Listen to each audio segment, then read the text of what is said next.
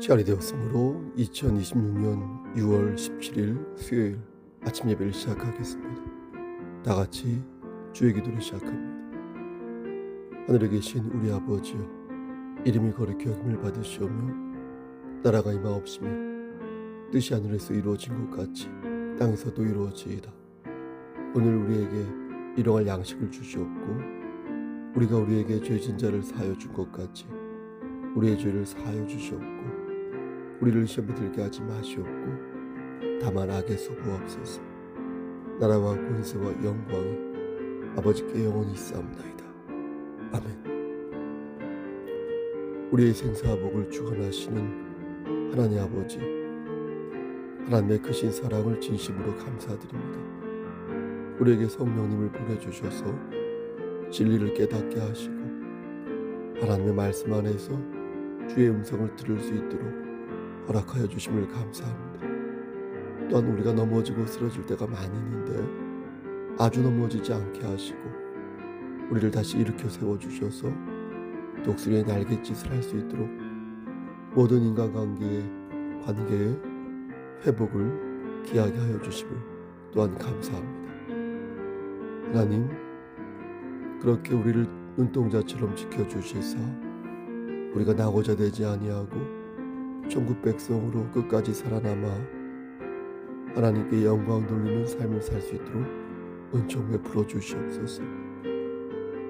우리의 영혼이 잠잠히 하나님만 바라볼 수 있게 하시고 무릇 우리의 소망이 하나님으로부터 나온다는 사실을 늘 기억하여서 말씀을 붙잡고 이기는 자 될 수 있도록 은총 베풀어 주시옵소서. 이 시간 간절히 바라고라는 것은 심신이 연약한 우리의 지체들, 그리고 지체 중에 사랑하는 이들이 여럿 있습니다. 하나님 아시죠? 그들의 질병을 치료하여 주시고 그들의 마음을 만져주셔서 모든 것들이 주 안에서 치유받고 해결될 수 있도록 하나님 은총 베풀어 주시옵소서. 하나님만이 하실 수 있음을 믿사오니 주여, 주님의 뜻 안에서 주님의 뜻을 이루어 주시기를 소원합니다. 모든 말씀 예수 그리스도의 받들어 감사하며 기도드렸사옵나이다. 아멘.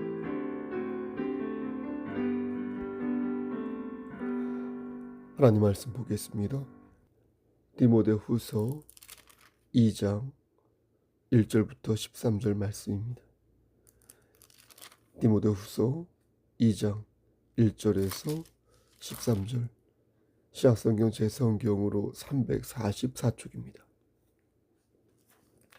1절, 내 아들아, 그러므로 너는 그리스도 예수 안에 있는 은혜 가운데서 강하고 또 내가 많은 증인 앞에서 내게 들은 바를 충성된 사람들에게 부탁하라. 그들이 또 다른 사람들을 가르칠 수 있으리라. 너는 그리스도 예수의 좋은 병사로 나와 함께 고난을 받으라. 병사로 복무하는 자는 자기 생활에 얽매이는 자가 하나도 없나니 이는 병사로 모집한 자를 기쁘게 하려 함이라. 경기하는 자가 법대로 경기하지 아니하면 승리자의 관을 얻지 못할 것이며 수고하는 농부가 곡식을 먼저 받는 것이 마땅하니라. 내가 말하는 것을 생각해보라. 주께서 범사에 내게 총명을 주시리라. 내가 전한 복음대로 다윗의 씨로 죽은 자 가운데서 다시 살아나신 예수 그리스도를 기억하라. 복음으로 말미암아 내가 주인과 같이 매이는 데까지 고난을 받았으나 하나님의 말씀은 매이지 아니하니라. 그러므로 내가 택함 받은 자들을 위하여 모든 것을 참음은 그들도 그리스도 예수 안에 있는 구원을 영원한 영광과 함께 받게 하려 함이라. 미쁘다 이 말이요, 우리가 주와 함께 죽었으면 또한 함께 살 것이요 참으면 또한 함께 왕 노릇할 것이요 우리가 주를 부인하면 주도 우리를 부인하실 것이라. 13절, 우리는 미쁨이 없을지라도 주는 항상 미쁘시니 자기를 부인하실 수 없으시리라. 아멘. 하나님 이 말씀을 들어 사용하여 주시옵소서. 예수님 이름으로 기도드렸습니다. 아멘. 말씀을 짧게 전하도록 하겠습니다. 오늘 본문 말씀을 여러분 자세히 보시면요, 이 말씀을 한 절 한 절 묵상하면서 은혜를 받을 수 있을 것입니다. 오늘 말씀의 핵심은 무엇입니까? 하나님의 말씀 안에서 우리가 음성을 들어야 될 것인데, 먼저 1절 말씀입니다.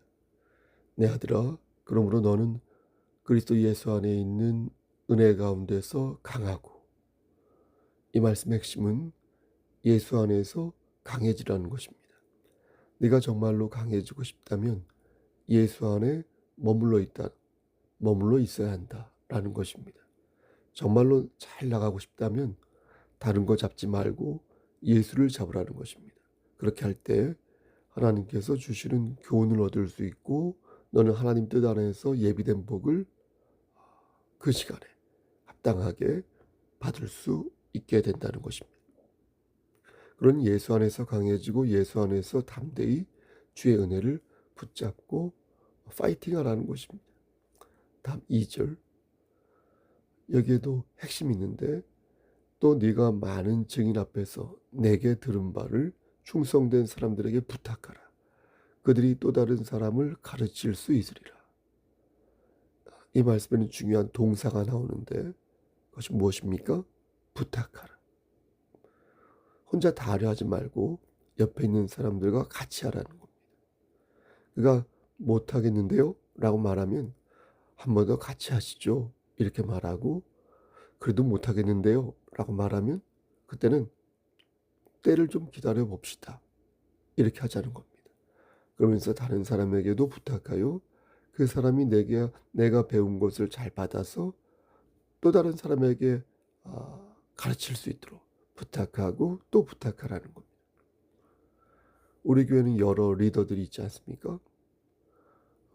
가령 목사님들이 성도들을 일정 부분 가르칩니다.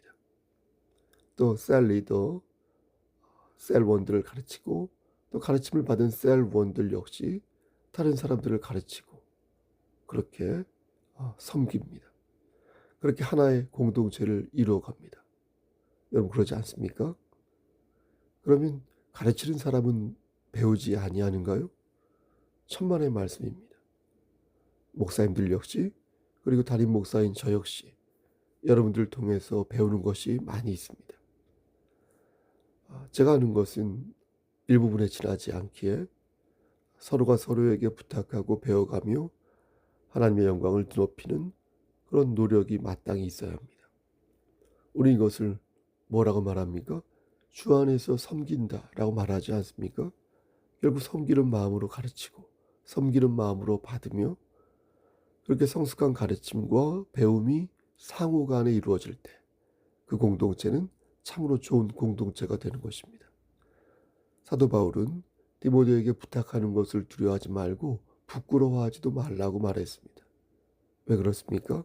왜냐하면 부탁받는 사람이 충성된 사람이기에 두려워하지 말고 부끄러워하지도 말라는 겁니다. 충성된 사람은 부탁을 받으면 거절하지 않습니다. 돈을 꾸라는 말이 아니라 하나님의 일을 부탁할 때 충성된 자는 거절하지 않으니 두려워하지 말고 부끄러워하지도 말라는 겁니다. 그리고 충성된 자는 자기가 배운 것을 또 다른 충성된 자에게 가르쳐서 복음을 증거할 것이기에 이 부분도 염두에 두라는 것입니다. 그럼 충성하는 사람은 어떤 사람일까요? 1절 말씀에 나오는 은혜 가운데 강한 사람이 바로 충성하는 사람이 되겠습니다. 그러니까 지금 바울은 디모데에게 이 말을 하면서, 너는 너 같은 사람을 찾아서 네가 들은 것을 가르치면 그 사람도 너처럼 될 거다, 이렇게 말하고 있는 것입니다. 근데 여기엔 전제가 있지 않습니까? 그것은 바로 자기 같은 사람들을 잘 찾을 줄 알아야 된다는 것입니다. 그러니까 사람 보는 눈이 있어야 돼. 그가 충성된 사람인지 아닌지를 알 수 있어야 한다는 것입니다. 보면 그는 괜찮습니다. 그는 주 안에서 충성된 종입니다. 그런데 그는 사람을 볼 줄 모르는 겁니다. 본인은 참 괜찮은데 귀가 얇고 분별력이 없어서 사람을 관리하지 못하고 조직을 이렇게 리드하지 못하는 것입니다. 분명 괜찮은 사람인데 조직을 이끌 만한 능력이 없어서, 그래서 그 조직에는 리더가 필요한 것입니다. 개별적으로 볼 때는 비슷하지만 조직을 이끄는 데 있어서는 능력의 차이를 보이기에 불가피하게 리더를 정하여 각기 역할을 분담하는 것입니다. 다음은 3절 말씀. 너는 그리스도 예수의 좋은 병사로 나와 함께 고난을 받으라. 여기서 핵심적인 동사가 무엇입니까? 바로 고난을 받으라입니다. 고난을 받으라. 바울은 디모데에게 고난을 받으라고 말합니다. 너에게 당면한 문제를 회피하지 말고 당당하게 고난을 받으라고 말합니다. 그럼 왜 고난을 받아야 할까요? 그 이유가 4절부터 6절에 나옵니다. 먼저 4절. 병사로 복무하는 자는 자기 생활에 얽매이는 자가 하나도 없나니 이는 병사로 모집한 자를 기쁘게 하려 함이라. 그러니까 우리가 고난을 받아야 하는 첫 번째 이유는 우리를 보내신 하나님을 기쁘게 하기 위해서 그렇다는 겁니다. 병사가 그를 모집한 자를 기쁘게 할 의무가 있듯이 우리는 하나님이 부르신 병사이므로 마땅히 하나님을 기쁘시게 해야 한다는 것입니다. 우리가 고난을 받아야 하는 두 번째 이유는 승리의 관을 얻기 위해서. 우리가 왜 사명을 감당하기에 애를 쓰는 것입니까? 그 이유는 하나님을 기쁘시게 하기 위함도 있지만 이것이 우리에게 결정적인 이득이 되기에 그렇다는 것입니다. 이게 보통의 이득이 아니라 승리의 면류관이니 이것은 여타의 상급과는 비교가 안 되는 유익인 것입니다. 우리는 사명을 감당할 때 제대로 감당해야 합니다. 5절 말씀을 주의 깊게 보면 법대로 경계하지 아니하면 승리의 관을 얻을 수 없다. 이렇게 말씀합니다. 법대로 경기를 해야 된단 말인데 이게 무슨 뜻인지를 알려면 1장 13절 말씀을 보면 알 수 있습니다. 너는 그리스도 예수 안에 있는 믿음과 사랑으로서 내게 들은 바 바른 말을 본받아 지키고. 그러니까 하나님의 일을 하면서 그의 삶이 불량하면, 그의 삶이 또 강팍하면 어찌 그를 그리스도인이라고 말할 수 있냐는 것입니다. 하나님을 믿는 사람이 손톱만큼도 손해를 안 보려 하고 성품이, 인품이 좀 문제가 있어요. 사사건건 시비를 걸며 불화를 일으키려 하고, 하나님 믿는 사람이 바른 말은커녕 그릇된 말만 골라 한다면 그럼 법대로 경기를 하는 것이 아니기에 승리의 관을 받을 수가 없다는 것입니다. 우리가 고난을 받아야 하는 세 번째 이유는 우리가 먼저 복음을 받았기 때문이라는 겁니다. 6절 말씀에 수고하는 농부가 곡식을 먼저 받는 것이 마땅하니라. 이 말씀에 대한 해석이 여러 개이지만 그중 하나만 말씀드리면 우리는 은혜 받은 농부로서 당연히 우리의 고난을 감당해야 한다는 것입니다. 먼저 은혜를 받은 자가 고난을 이겨내는 것이 마땅하다는 것입니다. 우리 가족 중에 나만 교회를 다닌다면 다른 사람들이 다 넌 크리스찬이라면 내가 먼저 은혜를 받은 것이기에 나에게 닥친 여러 고난을 견딜 수 있어야 한다는 것입니다. 7절 말씀을 띄워서 8절 말씀 보면 8절에도 핵심 동사가 나오는데요. 내가 전한 복음대로 다윗의 시로 죽은 자 가운데서 다시 살아나신 예수 그리스도를 기억하라. 여기 나오는 동사가 있습니다. 여러분 그것이 무엇입니까? 바로 기억하라입니다. 바울은 디모데에게 예수님의 부활을 기억하라고 말합니다. 그렇게 해야 고난을 이겨낼 수 있는데 그 이유는 너도 예수님처럼 부활을 한다는 것을 떠올리기 때문이라는 것입니다. 바울은 덧붙이기를 기억만 하는 것이 아니라 참으라고 말합니다. 좀만 참으면 구원과 영원한 영광을 받게 될 것이니 참으라고 말합니다. 이 말씀이 10절 말씀에 나오는데요. 그러므로 내가 택함 받은 자들을 위하여 모든 것을 참음은 그들도 그리스도 예수 안에 있는 구원을 영원한 영광과 함께 받게 하려 함이라. 그러니 부활의 소망을 안고 참고 견디라는 것입니다. 바울은 마지막으로 이러한 약속이 지켜지는 이유를 말하는데요. 그것은 바로 하나님의 미쁘심입니다. 이 말씀 13절에 나오는데요. 우리는 미쁨이 없을지라도 주는 항상 미쁘시니 자기를 부인하실 수 없으시라. 미쁘다는 말이 뭡니까? 신뢰감이 간다는 거 아닙니까? faithful, 신뢰감. 그러니까 우리는 신뢰할 수 없는 존재이지만 하나님께서는 신뢰할 수 있어서 이러한 약속들이 지켜질 수밖에 없다는 것입니다.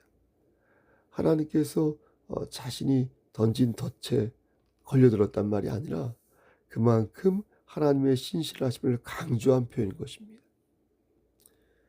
말씀 마치겠습니다. 오늘 본문은 하나님의 자녀들이 이 세상을 어떻게 살아야 하는지를 말씀해 줍니다. 동사만 추려서 정리해 보면 첫째, 주 안에서 강해져라.